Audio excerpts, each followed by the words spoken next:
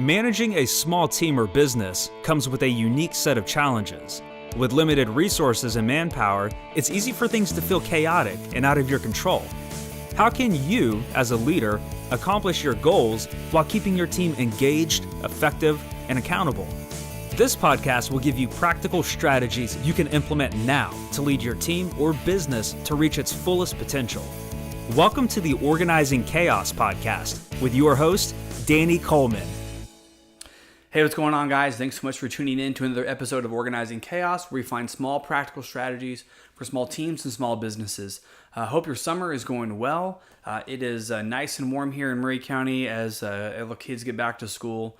And I want to jump right into today's episode without much rambling beforehand, just because I want to make up for some of the longer episodes I've had recently. If you haven't had a chance to listen to some of my interviews, I think they're really great. I had the chance to interview several different small business owners or small team managers who've given a lot of really great perspective on just either the beginning of their business or where they're at, how they got to what they're doing now. A lot of really good, inspiring stuff with some practical stuff, practical takeaways as well. So today is going to be a very practical one. And again, a lot of my topics, they come up from just conversations that I have with small business owners or the small team managers that are on their team. And so this one, in fact, did come from a small team manager who's, it was just a really good conversation, and I'll leave it at that. But it was very indicative of lots of other conversations that I've had. And I want to express some of the things that I discovered just while talking to this person casually about just some things that they had mentioned. And then, like I said, I can combine that with what I see as common denominator issues that are happening in all types of small businesses. And that is burning talent. So the person who I spoke to was great talent. You could tell that this person really cared about the business. Again, this is goes back to what I talked about before. Finding quality people at a small dollar per hour range is rare. But when you find them, you have got to take those people and really let them grow in your business. And so I want to talk today about the 3 different things that you're probably doing to burn up all the good talent that you have in your business. So the first thing I'm going to start off with is micromanaging. Micromanaging is the biggest killer of growth or development in an employee. So as a small business owner, I understand, or a small team manager for that matter, like there is this feeling of, well, people are relying on me to come up with the solutions, and people are relying on me to get all the details right and whatnot. So there's part of that is true. People are going to look to you for solutions and for problems and whatnot, but it's up to you to train them to come up with solutions on their own.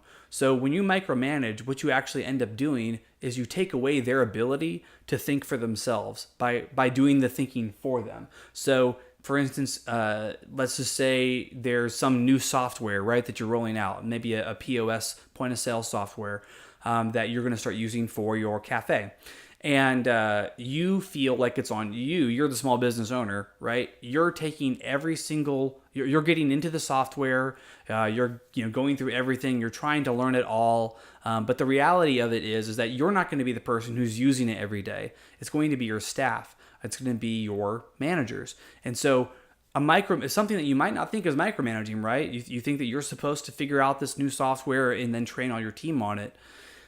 This is an opportunity for you to get, not only are you going to get some time back by having your manager or your team figure this out on their own, but you're also going to give them more buy-in. They're going to be more invested in making sure that things work right? Because they had a say in the development of how this gets rolled out.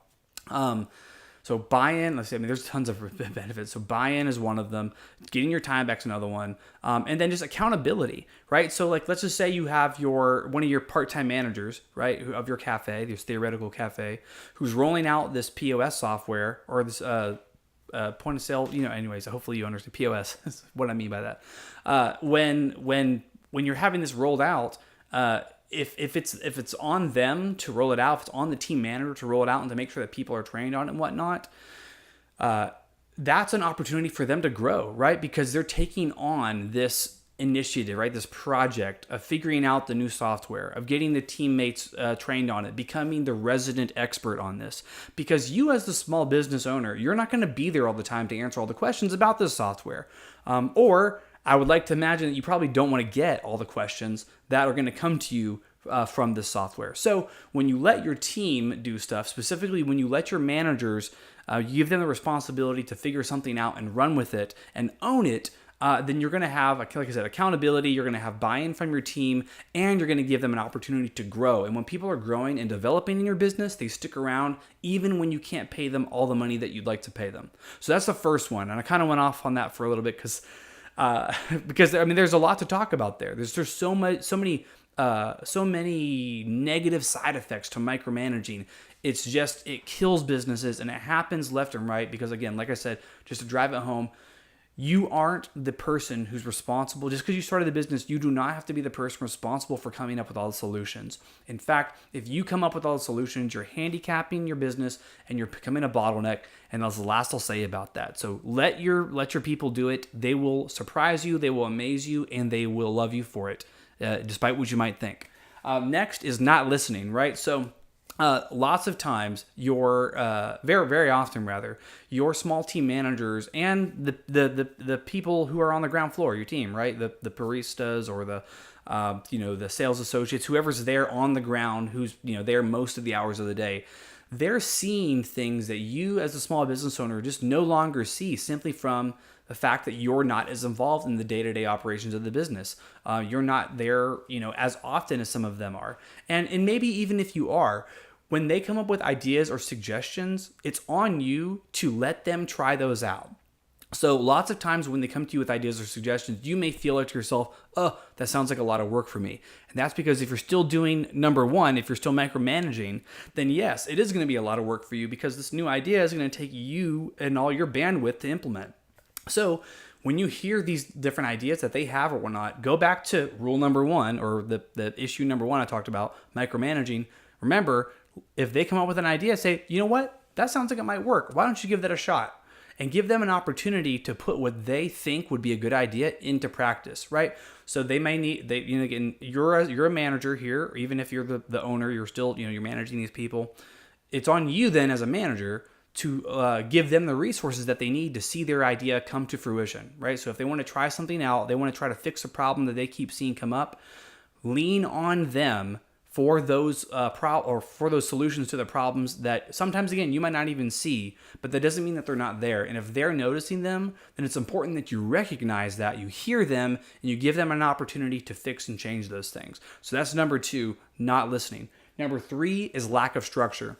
So humans actually crave structure. No matter how free-spirited you might be, to some degree or another, you need some type of semblance of structure in your life.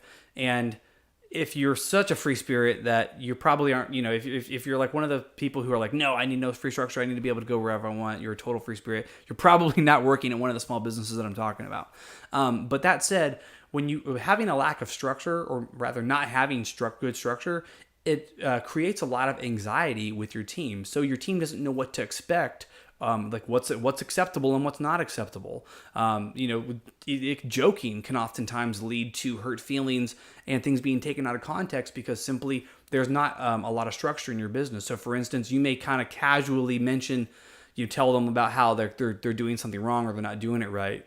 But because you didn't say that in a setting where you guys are having a meeting, where, like a one-on-one meeting where you're talking about, hey, here are the things you're messing up on, I need you to, fix something, improve on these things. Because you just kind of casually say it, while you're, wiping the bar down or whatever, that comment can be taken in a million different ways. And then two different ways that it could go is, one, they don't even hear it. They're just like, they're just being silly or, joking or whatever.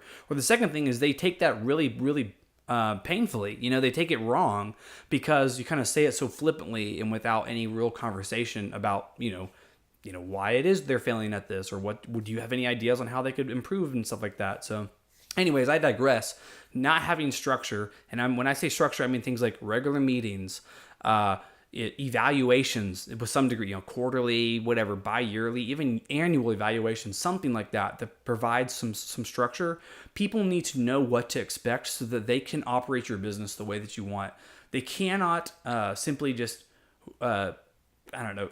basically what I'm saying here is, if you're not providing the structure, then they're going to try to. And then that goes back to number 2, where you're not listening. So make sure that you're listening, make sure that you're giving them structure, and you're going to find that your business works a whole lot more predictably than it would otherwise. So anyways, this was a couple of different things that, like I said, I'd heard from a recent conversation that I had. And again, it's not even, it wasn't even just that conversation that prompted this. This was something that's kind of been on my mind a lot, but this person kind of just really drove it home. And all this, remember, all this goes back to what the topic of this episode is. It's burning talent. So your talent, the people who are on your team working for $9, $10, $11, $12 an hour, low dollar per hour rates, who are the real rock stars, who are the people who are going to really save you time in the long run and who really care about your business in the, as much as you do, or close to as much as you do.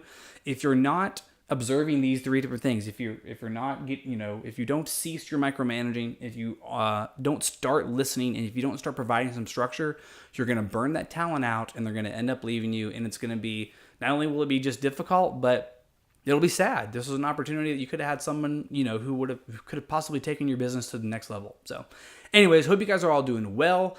If you have any kind of questions, or if you're ever interested in being interviewed on my podcast, if you want to share some small business topics or anything like that with my audience, shoot me an email, danny@dannycoleman.me. Follow me on Instagram and Twitter. I am Danny Coleman. And if you guys are able to, if you could please leave me a review on iTunes or Stitcher or Google Play, it'd really help me out. So again, I really appreciate you guys, and hope you all are doing well, and I will catch you later. Want more? Go to dannycoleman.me to download Danny's free small business hiring guide, which includes tips, templates, and tools, plus a step-by-step process you can use to find and keep high-quality employees for your small team or business.